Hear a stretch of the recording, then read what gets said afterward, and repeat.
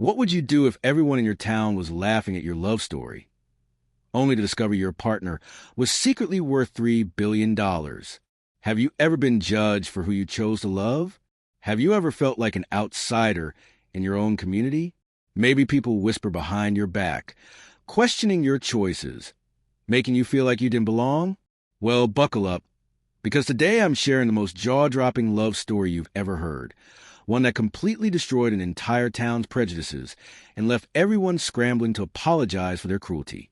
This is a story of how love conquered hate, how authenticity triumphed over appearances, and how one couple's romance became a legend that's still inspiring people around the world today. But here's the real question that'll keep you glued to this video. Will their love have survived if the massive secret had never been revealed? If you ever felt judged for being different, or if you believe love should conquer all obstacles, hit that like button right now, because this story will completely change how you see everything. Let me take you to Green Hollow, Arkansas, a place where everybody knows everybody's business, and where gossip travels faster than wildfire through dry grass. It's the kind of town where church potlucks double as judgment sessions, where the local diner serves criticism alongside coffee, and where being different means being the center of unwanted attention. In this tight-knit community of barely 3,000 souls, nothing, and I mean absolutely nothing, whipped up local chatter quite like the romance between Jude Ashbury and Winona Bram. Now, Jude was what you'd call a gentle giant. Standing well over 6 feet tall with callous hands and a quiet demeanor, he'd lived in Green Hollow his entire 32 years. He was the kind of man who spoke softly but carried enormous strength, both physical and emotional. His neighbors respected his craftsmanship as a carpenter, but they also whispered about his sacrifices.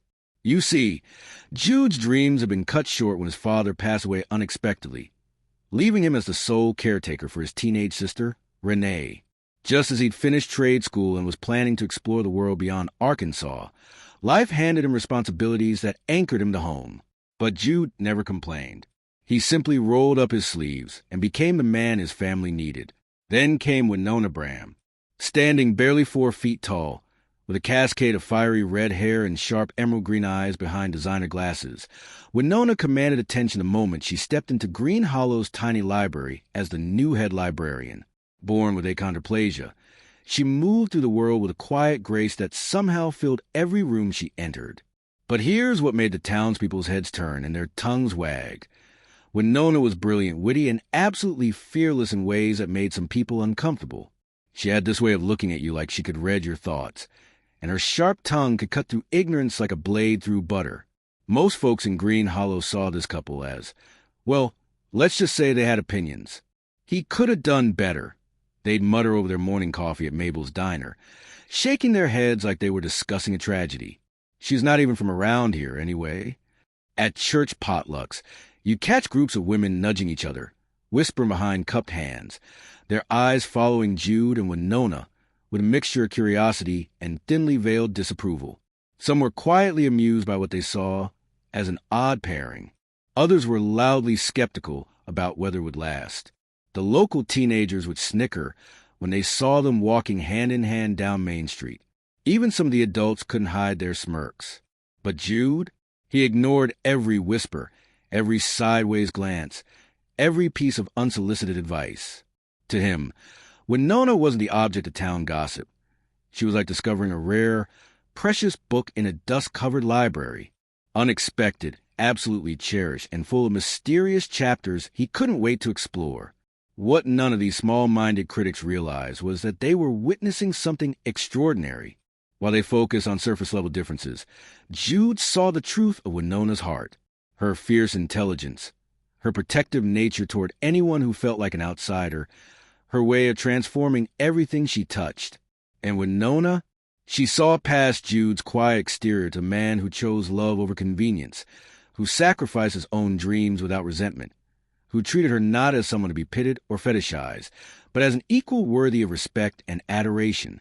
But here's where this story gets absolutely wild, and trust me, you're not going to see this coming. While the entire town was busy judging this couple, making assumptions about their future and whisper about how different they were, they had no idea they were looking at one of the most powerful women in America. That's right. The same woman they were dismissing, The same person they thought wasn't good enough for their local carpenter was hiding a secret so massive it would make international headlines and force every single person in Green Hollow to question everything they thought they knew about worth, value, and what really matters in life. So grab your favorite drink, get comfortable, and prepare to have your mind completely blown by what happens next. Now, let me paint you a clearer picture of just how cruel this small town could be, because what you're about to hear will make your blood boil. Every Tuesday morning at Mabel's Diner, the same group of middle-aged women would claim their corner booth like it was their personal throne room. These self-appointed judges of Green Hollow society had turned gossip into an art form, and Jude and Winona's relationship had become their favorite target. "I just don't understand what he sees in her," Martha Henderson would say, stirring her coffee with a kind of dramatic flair reserved for soap operas. A man like Jude, tall, handsome, good with his hands, he could have any normal girl in town. "It's not natural," Agnes Mills would chime in, her voice dripping with false concern. "What kind of children could they possibly have? Has he even thought about that?" The worst part? They said these things loud enough for half the diner to hear, creating a chorus of nodding heads and murmured agreements. But the diner wasn't the only place where judgment flowed freely. At church potlucks, the passive-aggressive treatment reached Olympic levels. While other couples received warm welcomes and invitations to join conversations, Jude and Winona would find themselves standing alone by the dessert table, watching as groups of people suddenly found reasons to walk away when they approached. Mrs. Patterson, the church organist, once actually moved her purse to an empty chair when Winona tried to sit down, claiming she was saving it for someone. That someone never showed up. The local teenagers weren't any kinder. They developed this cruel little game where they pretend to trip or bump into things whenever Winona walked by, mimicking what they assumed was her experience. Their giggles echoed to the town square like daggers. Even worse was how some adults would speak to Winona, slowly and loudly, as if her height somehow affected her hearing or intelligence. They'd pat her head like she was a child, offer unwanted help with things she could easily handle, and ask Jude questions about her, as if she wasn't standing right there. Does she need a special car seat? One woman actually asked Jude at the hardware store, while Winona was literally holding his hand beside him. But here's what made the whole situation even more infuriating. While these people were busy judging and gossiping, they were completely blind to the extraordinary woman right in front of them. Winona had transformed Green Hollow's sleepy little library into something magical. Within 6 months of her arrival, she'd introduced a digital archive system that connected their tiny collection to major libraries across the country. She'd started reading programs specifically designed for teenagers with disabilities, creating a safe space where kids who felt different could find community and confidence. Her weekend workshops on everything from computer skills to creative writing drew people from 3 counties away. She'd even convinced the state library system to fund new accessibility features, including large print books, audio equipment, and wheelchair-accessible reading areas. But perhaps most impressive was how fiercely she protected anyone who felt like an outsider. When Tommy Martinez, a kid with autism, was being bullied at school, Winona didn't just offer comfort. She organized a fundraiser for autism awareness and personally drove to the school board meeting to demand better anti-bullying policies. When elderly Mrs. Chin struggled with loneliness after her husband's death, Winona created a senior storytelling circle where older residents could share their memories while younger people learned local history. Mrs. Chun went from isolated and depressed to being the group's most beloved storyteller. Winona had this incredible gift for seeing people's potential and creating opportunities for them to shine. She'd built a circle of friends that included every misfit, dreamer, and survivor in town, the people others overlooked or dismissed. Meanwhile, Jude was watching all of this with growing admiration and, frankly, growing anger at a community's blindness. He saw how Winona would come home some evenings with her jaw clenched tight, trying to hide the hurt from another day of small cruelties and thoughtless comments. But he also noticed something else, something that sparked his curiosity even as it deepened his love for her. Winona lived in a beautifully restored craftsman house near the woods, and while her salary as a small-town librarian was decent, it certainly shouldn't have covered the extensive renovations she'd made. The house was immaculate, with custom built-ins, high-end appliances, and an office that looked like it belonged in a corporate headquarters rather than rural Arkansas. Strange packages arrived regularly. Thick envelopes from law firms in New York, overnight deliveries from companies he'd never heard of, certified letters that she'd quickly tuck into a locked filing cabinet in her office. Her phone would ring at odd hours, and she'd step outside to take calls, speaking in hushed tones about quarterly reports and board meetings and acquisition strategies. When Jude would ask about it, she'd wave it off as boring library administration stuff or continuing education requirements. Sometimes she'd disappear for entire weekends, claiming she was attending book fairs or librarian conferences in cities like Chicago, Atlanta, or Dallas. She'd return with expensive luggage, designer clothes, and stories that seemed oddly vague for someone usually so articulate. The townspeople, of course, had their theories. She's got secrets.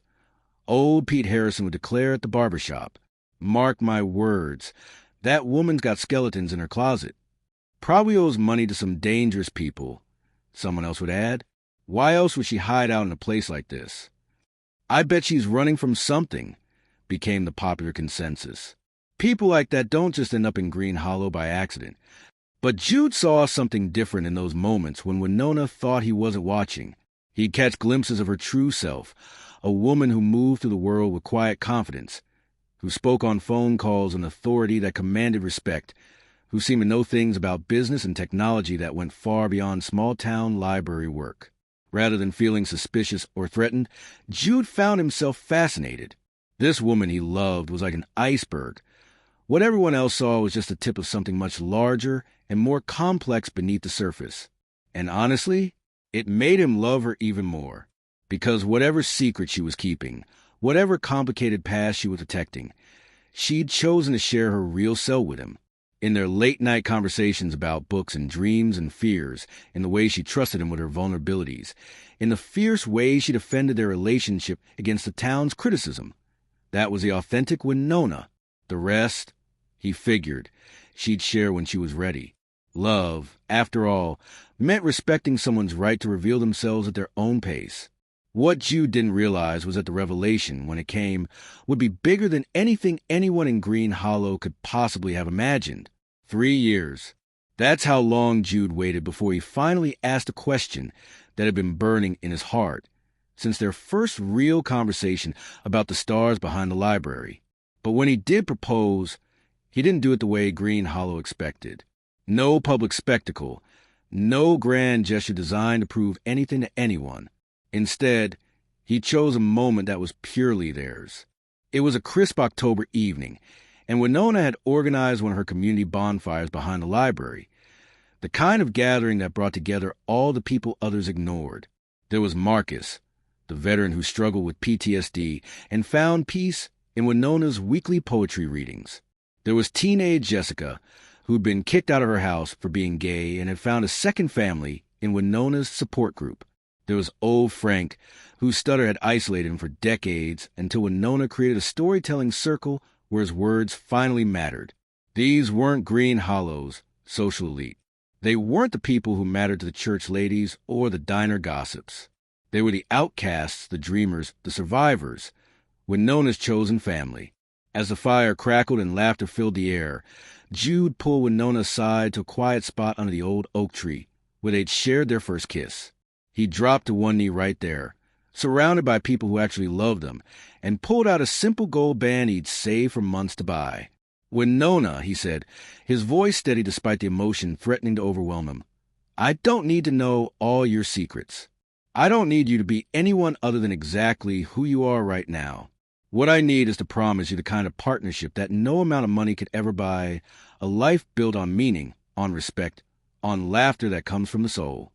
He took a shaky breath. "Will you marry me?" Her yes was immediate, fierce, and followed by tears that sparkled in the firelight like diamonds. Their friends erupted in genuine celebration, the kind of joy that comes from watching two people who truly deserve happiness find it together. It was beautiful. It was authentic. It was everything a proposal should be. But Green Hollow wasn't prepared for this level of reality.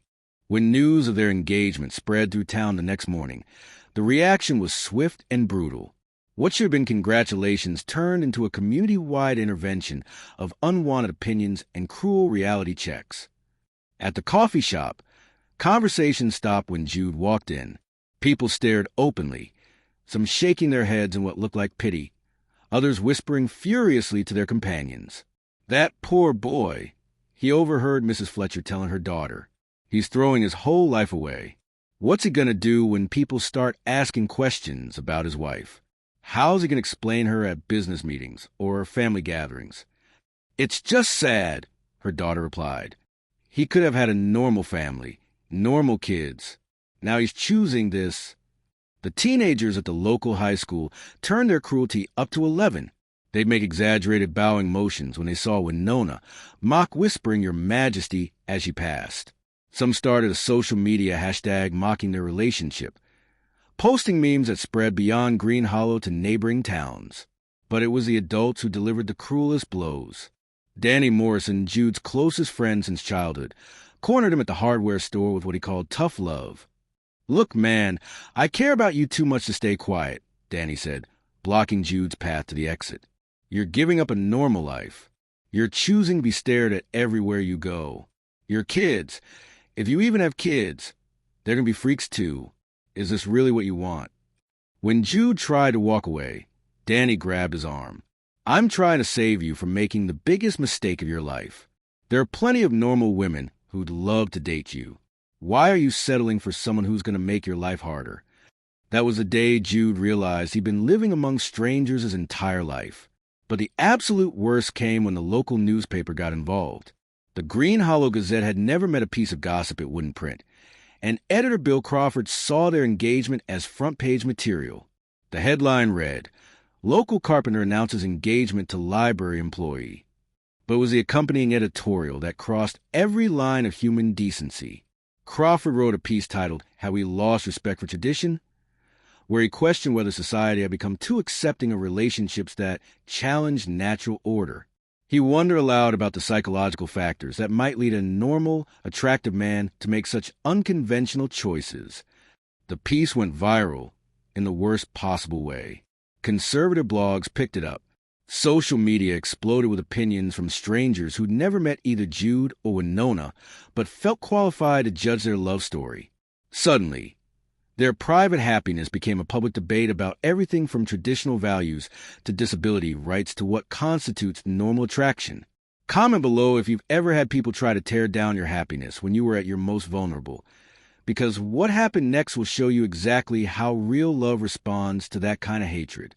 The morning after the editorial published, Jude found Winona sitting on her front porch, still in her pajamas, reading comments on her phone with tears streaming down her face.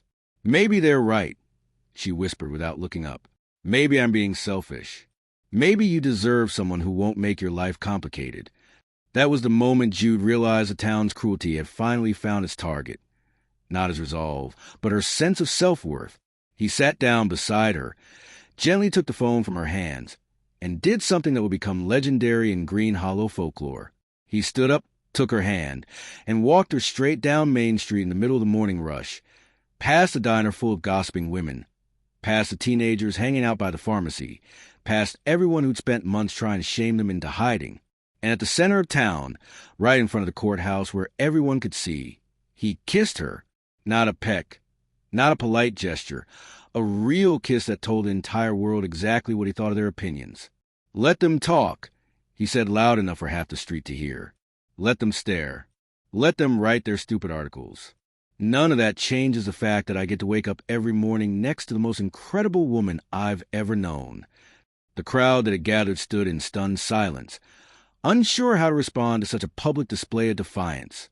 But here's what none of them knew, what nobody in Green Hollow could have possibly guessed, was that their small-minded cruelty was about to backfire in the most spectacular way imaginable, because the woman they'd been dismissing, the person they'd been treating like she wasn't good enough for their little town, was about to reveal a truth so shocking that it would make international news and force every single one of them to confront their own prejudices in the most humiliating way possible. After all the drama, all the cruelty, all the public humiliation Green Hollow had put them through, Jude and Winona deserved a wedding that was purely about them, And that's exactly what they got. They kept it small, just the people who'd actually supported them through everything. The ceremony took place in Winona's backyard, under a canopy of fairy lights she'd strung between the oak trees. Frank, the elderly man with the stutter who'd found his voice in Winona's storytelling circle, officiated after getting ordained online specifically for their wedding. It was beautiful, intimate, and completely free from the toxic opinions that had poisoned their engagement. But then Winona made an announcement that stopped Jude dead in his tracks. "For our honeymoon," she said, her eyes sparkling with excitement, "I've booked us a week in New York City." Now, Jude had been expecting maybe a long weekend at a cabin in the Ozarks, or perhaps a road trip to Nashville. They'd never talked about elaborate vacations, and frankly, on his carpenter's salary and her librarian wages, he'd figured they'd be lucky to afford a nice hotel room anywhere. "That sounds amazing," he said carefully. "But honey, maybe we should talk about the budget. I got some savings, but New York is pretty expensive." Winona waved his concerns away with a laugh that seemed oddly confident. "Don't worry about money. I've got it covered." That should have been his first red flag. 2 weeks later, they were standing outside LaGuardia Airport, and Jude's confusion turned into full-blown shock when a black town car pulled up with a driver holding a sign with their names. "Winona," he whispered as the driver loaded their bags, "this has to cost more than I make in a month. How are we affording this?" "It's fine, Jude. Trust me." But it wasn't fine. Nothing about what happened next made any sense for a small-town librarian's budget. The car pulled up to the Whitman Suite Hotel. Not just any hotel, but one of those places Jude had only seen in movies. The kind where doormen wore white gloves and the lobby looked like a museum. When they walked up to check-in, the desk clerk's entire demeanor changed the moment he saw Winona's name on the reservation. "Ms. Bram," he said with a level of deference Jude had never witnessed outside of fancy restaurants and films. "Welcome back to Whitman. We have your penthouse suite ready, and I've personally ensured that all of your preferences have been accommodated." Welcome back? Penthouse suite? Jude felt like he was watching someone else's life unfold. The elevator ride to the top floor felt endless, and when those doors opened to reveal a suite that was larger than most houses in Green Hollow, complete with floor-to-ceiling windows overlooking Central Park, he finally found his voice. "Winona, what the hell is going on?" She was standing at the window, looking out at the city like she belonged there, and when she turned to face him, there was something different in her expression. More confident, more commanding. "Can we just enjoy this?" she asked. "We've been through so much. Can't we have 1 week where we don't worry about money or logistics or explanations?" But Jude couldn't let it go. The suite probably cost more per night than he made in 2 weeks. The champagne chilling on ice was a brand he'd only heard about in rap songs. The bathroom had marble countertops and a bathtub that looked like it belonged in a palace. The next morning brought even more questions. Winona had made reservations at the Oriole Club, a restaurant so exclusive that Jude had heard celebrities sometimes couldn't get tables there. When he looked it up on his phone, he nearly choked. The tasting menu alone cost more than most people's car payments. "How do you even know about places like this?" he asked as they walked through Manhattan, her navigating the streets with the confidence of someone who'd done this before. "I did research," she said, but her answer felt rehearsed. That afternoon, she insisted on shopping. Not window shopping. Actual shopping at stores where individual items cost more than Jude's monthly grocery budget. When he balked at the prices, she simply handed over a black credit card he'd never seen before, one that the sales associates treated with obvious reverence. "Whose card is that?" he asked when they stepped back onto the sidewalk. "Mine." "Winona, librarians don't have Black American Express cards. I've been a carpenter for over a decade, and I don't even qualify for a regular Amex." She stopped walking and looked at him with an expression he couldn't read. "Can we talk about this later? Let's just enjoy the city." But enjoying the city was becoming impossible when every single thing they did raised new questions. The theater tickets she'd somehow acquired were in a private box. The spa appointment she'd booked was at a place that typically had a 6-month waiting list. Even their casual dinner reservations were at restaurants that food bloggers called impossible to get into. Have you ever discovered something shocking about someone you love? Something that made you question everything you thought you knew about them? Drop a comment and let us know, because Jude was about to have that experience in the most dramatic way possible. By their fourth day, Jude was keeping a mental list of all the things that didn't add up. The way hotel staff treated Winona like royalty. The mysterious phone calls she took while he was in the shower, speaking in hushed tones about quarterly projections and board approval. The fact that she seemed to know the city better than someone who'd supposedly never lived there. And then there was the way she carried herself. Gone was the slightly defensive posture she maintained in Green Hollow, the way she seemed to brace herself for judgment or cruel comments. Here in New York, she moved like someone who belonged, someone who was used to getting exactly what she wanted without question. The woman walking beside him through Central Park wasn't just confident. She was commanding, powerful, like she was used to being in charge of things much bigger than a small-town library.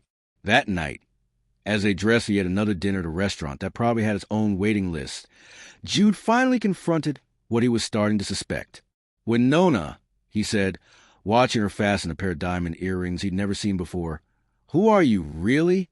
She met his eyes in the mirror, and for just a moment, he saw something there, a flicker of the truth she'd been hiding, a glimpse of secrets so big they would change everything. "Tomorrow," she said quietly. "I promise, tomorrow you'll know everything." What Jude didn't realize was that everything was going to be so much bigger than anything he could have possibly prepared for. The next morning arrived with the kind of nervous energy that comes before life-changing moments. Winona was quieter than usual as they got ready, and Jude could feel the weight of whatever truth she was preparing to share. "We're having lunch with some colleagues of mine," she said, adjusting her outfit for the third time. She'd chosen a sleek black dress that looked more expensive than anything he'd ever seen her wear in Green Hollow, paired with jewelry that caught the light in ways that made Jude suspect it wasn't costume pieces. "Colleagues from the library system?" he asked, though something in her tone suggested otherwise. "Something like that," she replied, and the evasion in her voice made his stomach tighten. The restaurant she led him to wasn't just upscale. It was the kind of place where you needed connections just to get a reservation. The maitre d' greeted Winona by name, leading them to a private dining room where several people in expensive suits were already seated around a polished mahogany table. Jude felt underdressed and completely out of place, but before he could say anything, something happened that stopped his world cold. One of the men at the table, a distinguished gentleman in his 60s with silver hair and a bearing that screamed old money, stood up the moment he saw Winona, and then, to Jude's absolute shock, he bowed. Actually bowed like she was royalty. "Ms. Bram," the man said with genuine reverence, "it's an honor to see you again. I hope you're enjoying your time away from the office." "Office? What office?" Jude looked around the table and realized everyone else was standing now, too, all of them treating Winona with a level of deference he'd only seen in movies about corporate boardrooms or political summits. "Please sit," Winona said, and there was something in her voice Jude had never heard before. Authority, command, the tone of someone who was used to being listened to without question. As they took their seats, the silver-haired man turned to Jude with a warm smile. "You must be the husband we've heard so much about. Congratulations on marrying one of the most brilliant minds in American business." American business? Jude felt like he was drowning in confusion. "I'm sorry," Jude said, his voice barely steady, "but I think there's been some mistake. Winona's a librarian. She works at the Green Hollow Public Library in Arkansas." The silence that followed was deafening. Everyone at the table looked at Winona, waiting for her to respond. And in that moment, Jude saw his wife make a decision that would change everything. She took a deep breath, reached across the table, and took his hand. "Jude," she said softly, "there's something I need to tell you. Something I should have told you years ago." The world seemed to slow down as she continued. "My name is Winona Bram, and yes, I am a librarian in Green Hollow. But that's not all I am." She paused, gathering courage for what came next. "I'm also the CEO and sole shareholder of Bram Technologies." The name hit Jude like a physical blow. Even in rural Arkansas, even as someone who didn't follow business news closely, he'd heard of Bram Technologies. It was impossible not to. They were one of the biggest tech companies in the world. specializing in accessibility software, medical devices, and digital infrastructure. That's impossible, he whispered. Bram Technologies, she continued, her voice growing stronger, is currently valued at just over $3 billion. I inherited it when my parents died in a car accident 7 years ago, and I've been running it ever since. $3 billion. The number was so large Jude couldn't even process it properly. But you're a librarian, he said, knowing how stupid it sounded even as the words left his mouth. I am a librarian, she confirmed. That's not a lie. When I inherited the company, I was 25 years old, overwhelmed, and tired of people treating me like either a tragic figure to be pitied or a curiosity to be stared at. I'd been dealing with that my whole life because of my dwarfism, and suddenly I had billions of dollars and even more attention. She looked around the table at the faces of people who were clearly accustomed to wealth and power, then back at Jude. So I made a decision. I would run the company from behind the scenes, using video conferences and trusted executives for public appearances. And I would find somewhere quiet to live a normal life, to discover who I really was when nobody knew about the money. Green Hollow, Jude said, understanding beginning to dawn. Green Hollow, she confirmed. I researched small towns across the country, looking for somewhere that needed a librarian, somewhere I could make a real difference in people's lives without the complications of wealth. I bought the house, applied for the job, and created a life that was completely separate from Bram Technologies. One of the men at the table leaned forward. Ms. Bram has been running the company, remotely with remarkable success. Our quarterly earnings have increased by 340% under her leadership, and our accessibility initiatives have revolutionized the industry. Jude's head was spinning. The mysterious phone calls, the packages from New York, the book fair trips, board meetings, financial reports, business conferences, she admitted. I've been living two completely separate lives for the past 4 years. During the day, I was Winona, the small-town librarian, who wanted nothing more than to help kids find books they loved. At night and on weekends, I was running a multinational corporation. Wait, Jude said as another piece of the puzzle clicked into place. Green Hollows Hospital. 3 years ago, when it was about to close, an anonymous donor saved it with a massive contribution. That was you. She nodded. That was me. I couldn't let the only hospital in the county shut down. I also funded the new wing at the elementary school, the senior center renovations, and the scholarship program at the high school. I've been trying to give back to the community that welcomed me, even if they didn't know it was me doing it. The conversation continued around him, but Jude felt like he was underwater. Everything he thought he knew about his wife, about their relationship, about their life together, had just been turned upside down. Why didn't you tell me? He finally asked, and his voice came out smaller than he intended. Because, she said, and now there were tears in her eyes, I was terrified. I was terrified that if you knew about the money, it would change how you saw me. I was terrified that you'd think I'd been lying to you, which, honestly, I had been. I was terrified that the man who fell in love with a small-town librarian wouldn't want to be married to a billionaire CEO. She wiped her eyes with a napkin that probably cost more than most people's lunch. In Green Hollow, people judge me for my height, for being different, for not fitting their narrow definition of normal. But you saw past all of that. You saw me, the real me, not the money, not the company, not the sob story about the disabled girl who inherited billions, just me.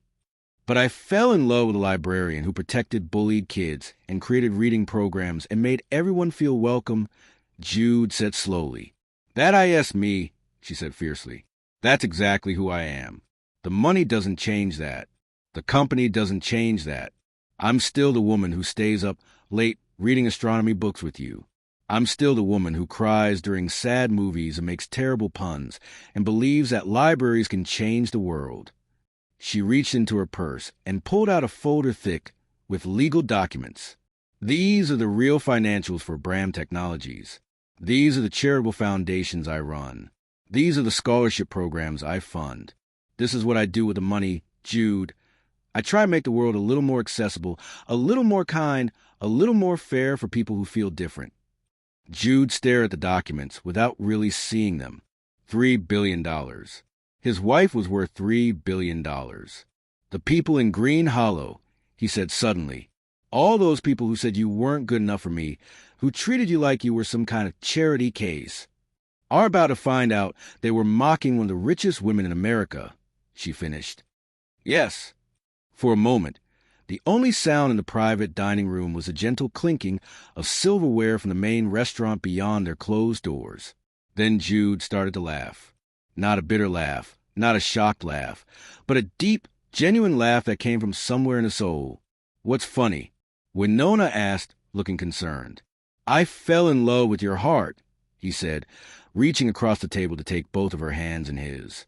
I fell in love with your intelligence, your compassion, your terrible sense of humor, and your fierce way of protecting people who need protecting. None of that changes because you happen to have a few $1 billion in the bank. He looked around the table at all these powerful business people who were watching their conversation with obvious interest. You know what this means, he told them. It means I get to spend the rest of my life with the most incredible woman I've ever met. It means Green Hollow is about to learn a very expensive lesson about judging people by their appearances.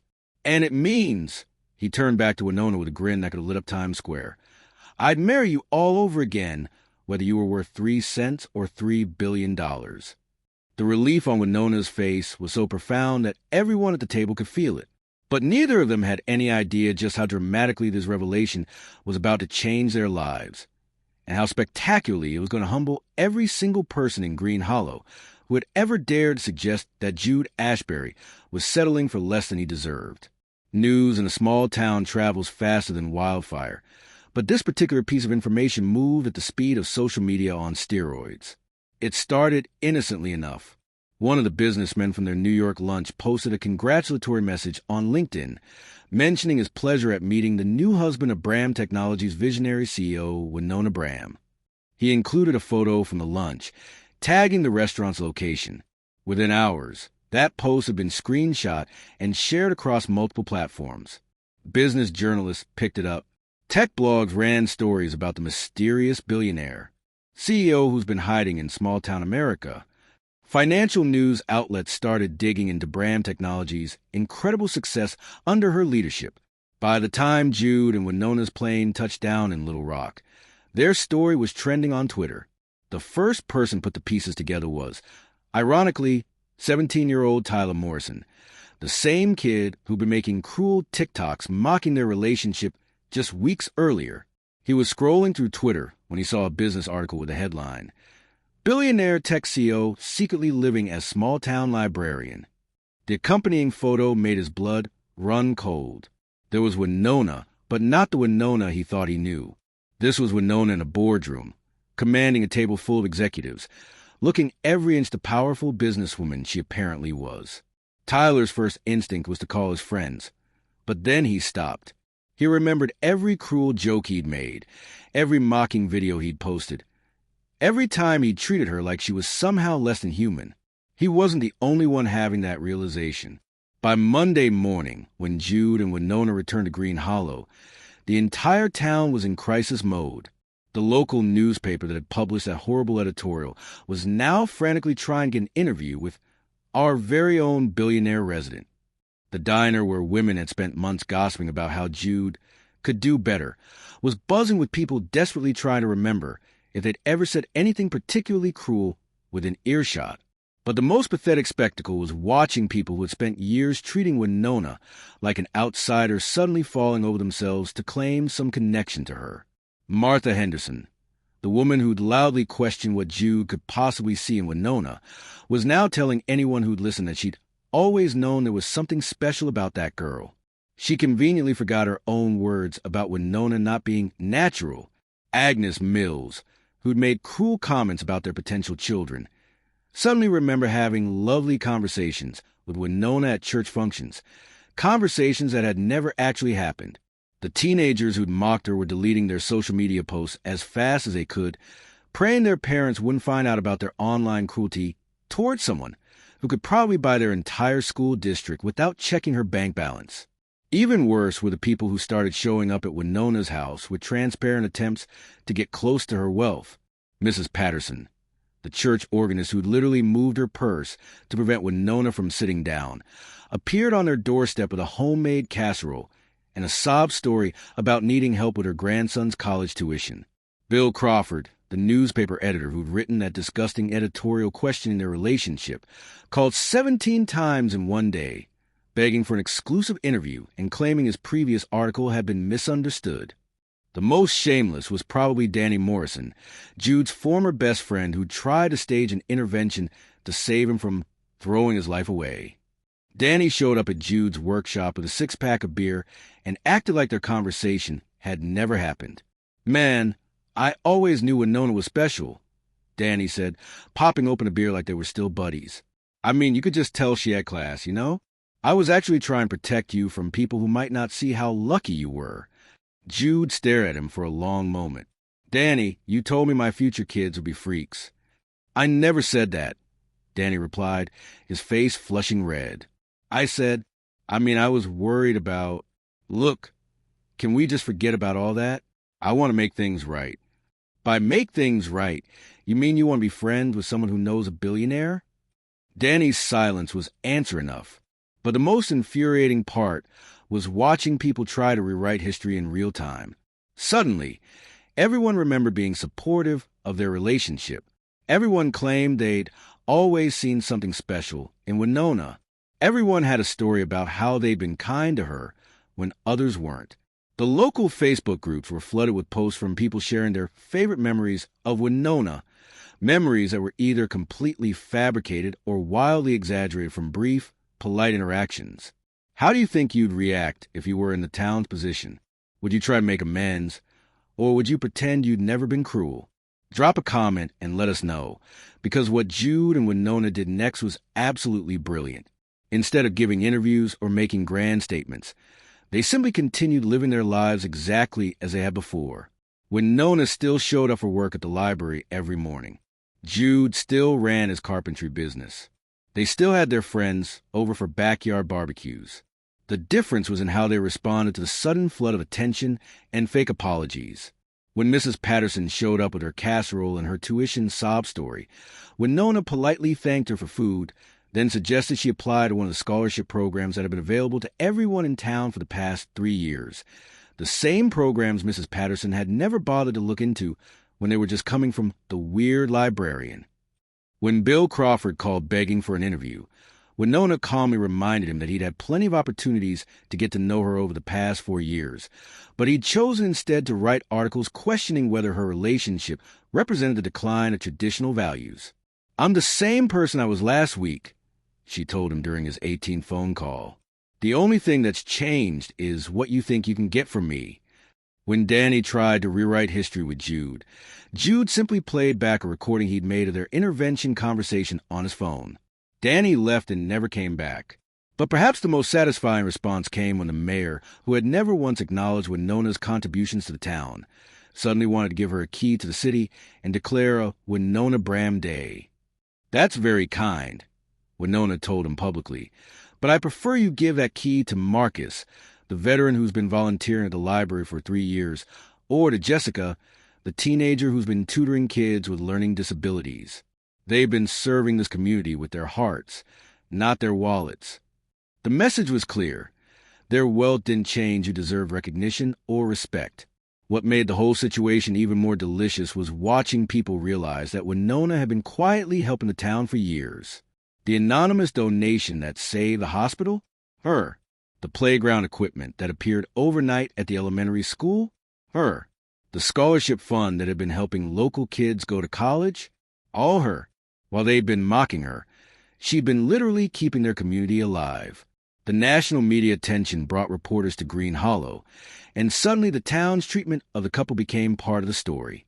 Interviews with longtime residents revealed the extent of the prejudice and cruelty they'd faced, making Green Hollow look like exactly what it was, a small-minded community that had judged someone based on appearance rather than character.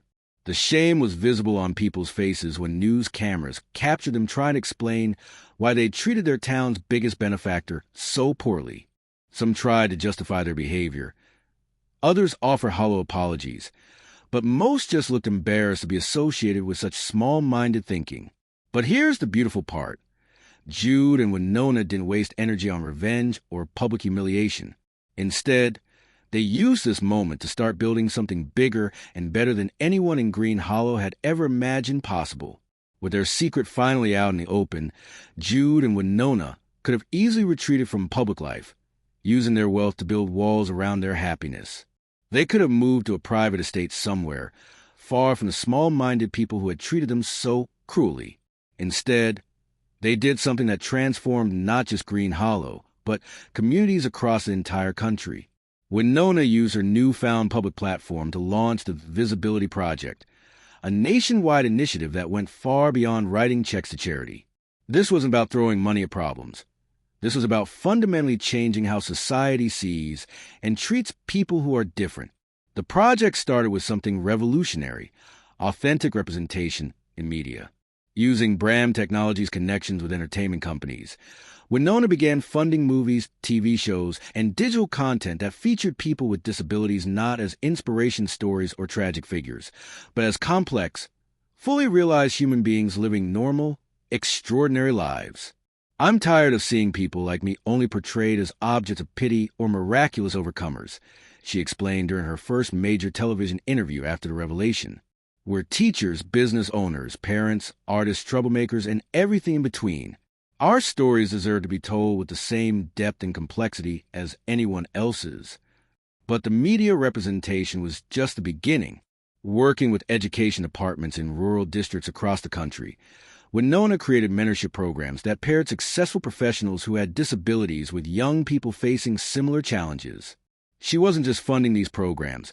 She was personally involved, spending hours on video calls with teenagers who felt hopeless, showing them that their differences could become their greatest strengths. One of those teenagers was Maria Santos from rural New Mexico, born with spina bifida, and convinced she'd never amount to anything, because that's what her community had always told her. Through Winona's mentorship program, Maria connected with Dr. James Chun, a neurosurgeon who also used a wheelchair. 2 years later, Maria was accepted at MIT with a full scholarship funded by Bram Technologies. Mrs. Winona didn't just give me money, Maria said during a program showcase. She gave me permission to dream bigger than my zip code. The scholarship programs expanded rapidly. Instead of traditional academic scholarships, Winona created opportunities specifically for students whose potential had been overlooked because they didn't fit conventional molds. Kids with autism who were brilliant with technology but struggled in traditional classroom settings. Students with learning differences who thought creatively but couldn't perform well on standardized tests. Young people whose physical differences had made them invisible to recruiters and admissions counselors. Meanwhile, Jude's role in their partnership evolved in ways that surprised everyone, including himself. His carpentry business transformed from simple home repairs to specialized accessibility construction. But this wasn't just about building ramps and widening doorways. Jude became obsessed with creating spaces that were beautiful, functional, and designed with dignity. His first major project was a complete redesign of Green Hollow's library, turning it into a model of universal design that attracted architects and planners from across the region. The space was fully accessible without looking institutional or medical. Every element, from the height-adjustable reading tables to the intuitive navigation systems, showed that accessibility could be elegant and seamless. When someone uses a wheelchair, they shouldn't have to go to a special section or use a back entrance, Jude explained to a reporter touring the renovated library. They should walk through the front door and have the same beautiful experience as everyone else. Word spread quickly through professional networks. Soon, Jude was consulting on libraries, community centers, and schools across multiple states. His waiting list grew to over 2 years, but he refused to franchise his work or rush the process. Each project was personally crafted with the same attention to detail he'd learned building custom cabinets. Together, they began hosting town hall meetings in rural communities, sharing their story not to inspire pity or amazement, but to challenge people's assumptions about difference and normalcy. These weren't typical motivational speaking events. They were honest conversations about prejudice, fear, and the courage it takes to see past surface appearances. Jude would talk about his own journey from being someone who simply didn't see disability to becoming an advocate for inclusion. Winona would share the business case for accessibility, how companies that embrace diverse perspectives and universal design consistently outperform their competitors. But the most powerful moments came when they opened the floor for questions and stories from the audience. In small towns across America, people began sharing their own experiences with being judged, excluded, or underestimated. Parents of children with disabilities found their voices. Adults who'd been hiding their own differences discovered communities of support. And then came the moment that would define their legacy forever. During a community meeting in rural Montana, a social worker approached them with a case that broke their hearts. There was a 7-year-old girl named Callie in the foster system, born with mild dwarfism, who had been returned by 3 different families. The reasons were always the same. The families claimed they weren't prepared for special needs, as if loving a child required special training based on their height. Callie had been abandoned not because she was difficult or had behavioral problems, but because people couldn't see past her physical difference to the bright, funny, resilient little girl underneath. She's been rejected so many times, the social worker explained. She's starting to believe she's unwanted because of how she looks. Winona and Jude looked at each other across that community center in Montana, and without saying a word, they both knew their family was about to grow. 6 months later, Callie became Callie Ashbury Bram, and her adoption story became a symbol of how love transcends every artificial boundary society tries to create. But Callie wasn't just another heartwarming adoption story. She was brilliant, creative, and determined to make her mark on the world. Under the love and encouragement of parents who understood exactly what it meant to be underestimated because of how you looked, Callie flourished in ways that amazed everyone who met her.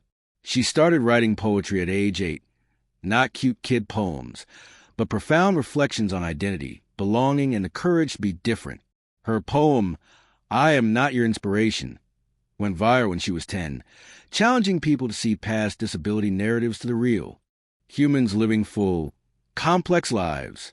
By middle school, Callie was giving speeches at conferences, not as a poster child for adoption or disability awareness, but as a young activist with her own voice and her own message about the power of being authentically yourself. Her high school valedictorian speech, delivered when she was just 16 after graduating early, brought a standing ovation that lasted 10 minutes. The theme? How my parents taught me that love multiplies when you give away. Watching their daughter succeed wasn't just personally fulfilling for Jude and Winona. It was proof that their approach to building inclusive communities was working. Callie's confidence and achievement showed other families that children who are different don't need to be fixed or hidden. They need to be loved, supported, and given opportunities to shine. 5 years after the revelation that shook Green Hollow to its core, the town had transformed into something unrecognizable from the judgmental community that had once mocked Jude and Winona's love story.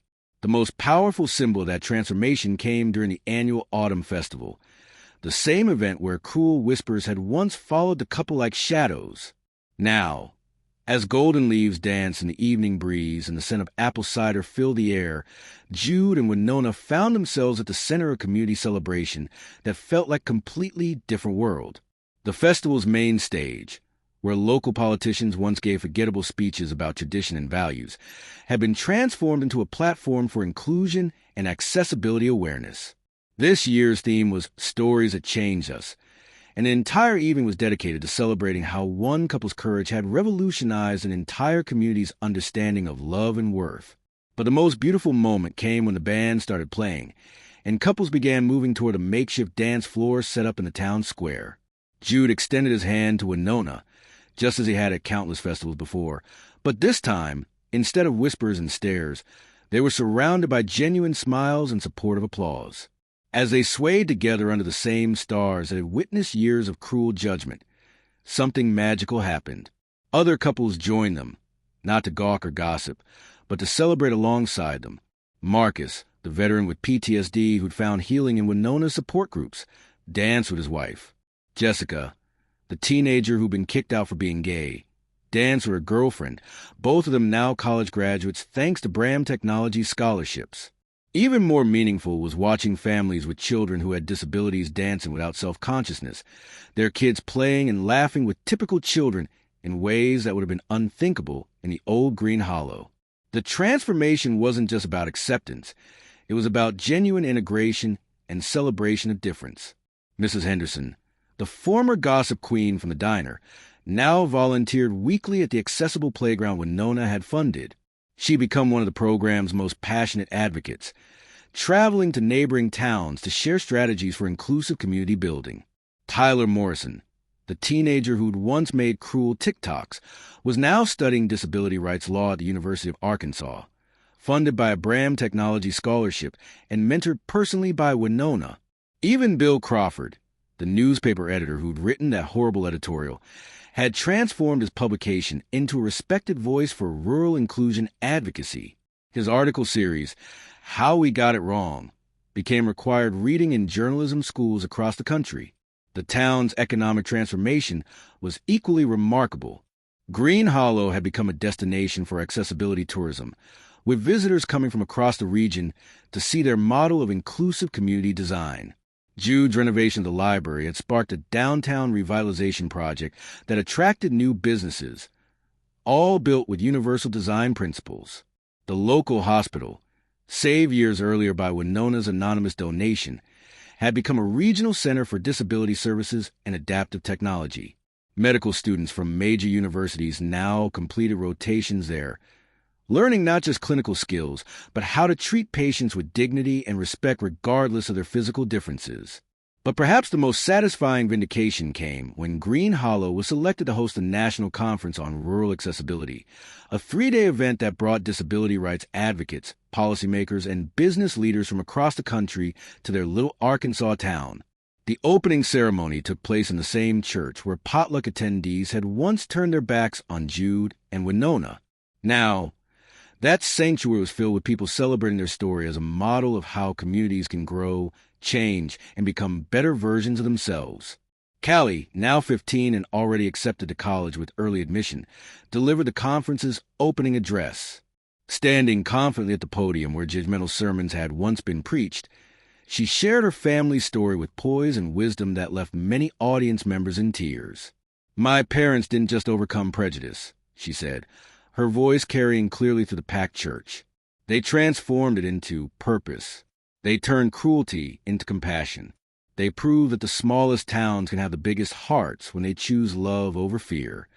The standing ovation lasted so long that the conference organizers had to extend the schedule. During the conference, national media outlets covered Green Hollow's transformation extensively. The town that had once been embarrassed by negative attention for its treatment of Jude and Winona now proudly welcomed journalists eager to document their remarkable evolution. The most popular interview segment featured longtime residents honestly discussing their past prejudices and describing their journey toward understanding and acceptance. These weren't scripted apologies or public relations exercises.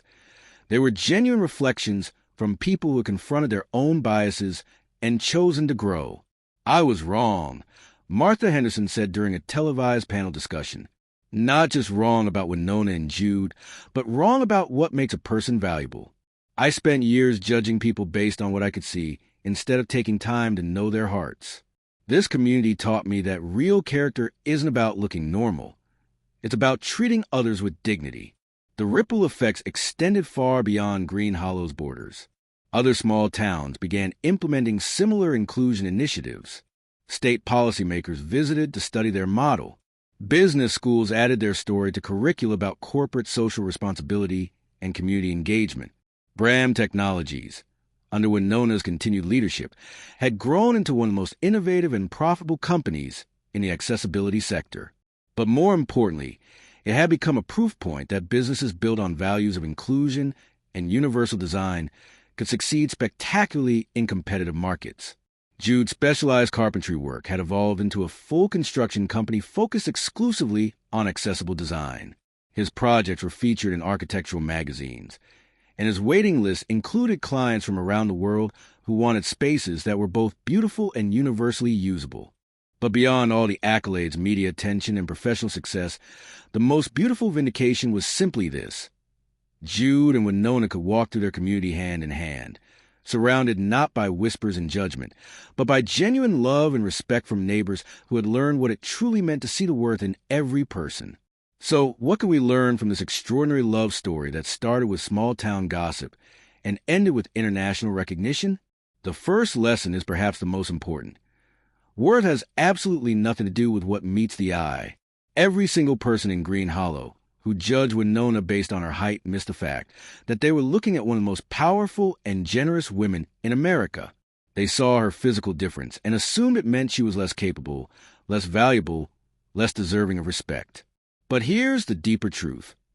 Even if Winona hadn't been a billionaire CEO, even if she'd been exactly what she appeared to be on the surface, their treatment of her would still have been wrong. Her worth as a human being had nothing to do with her bank account and everything to do with her character, her intelligence, her compassion, and her fierce dedication to making the world better for people who felt different. The money reveal wasn't the point of this story. It was just a wake-up call that forced a community to confront its own prejudices. The second lesson is about the transformative power of authentic love.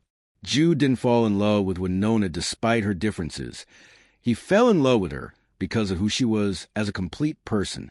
He saw past society's narrow definitions of beauty and normalcy to recognize someone extraordinary.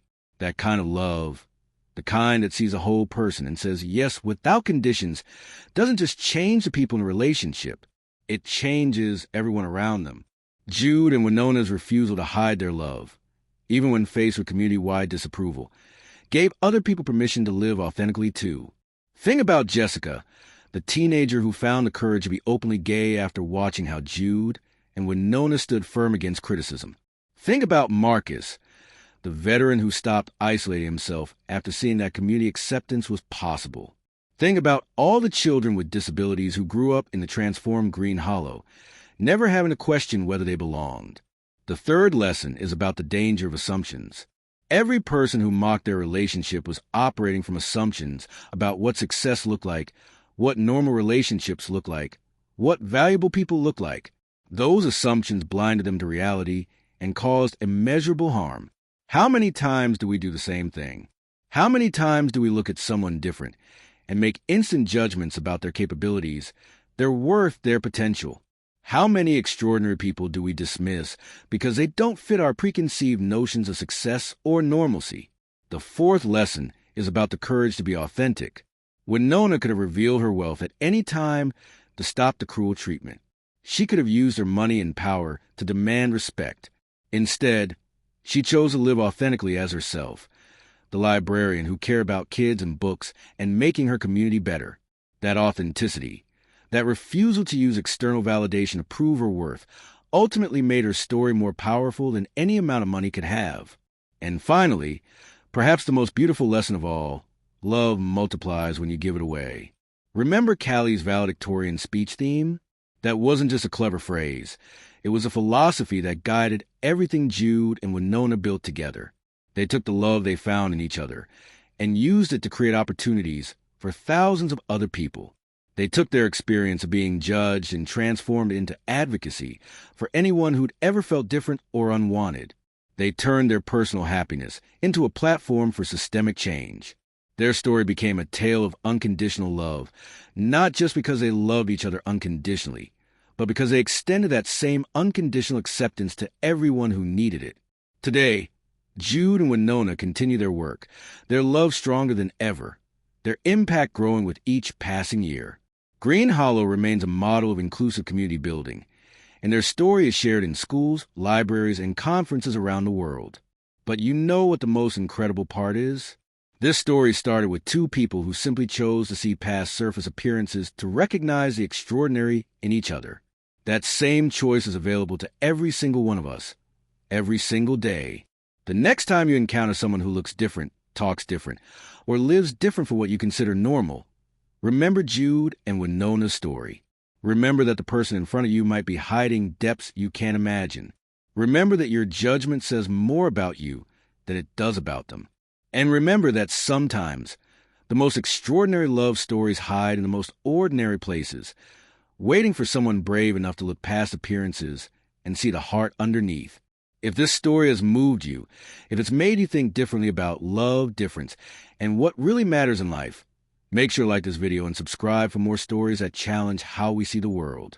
Share this story with someone who needs to hear it.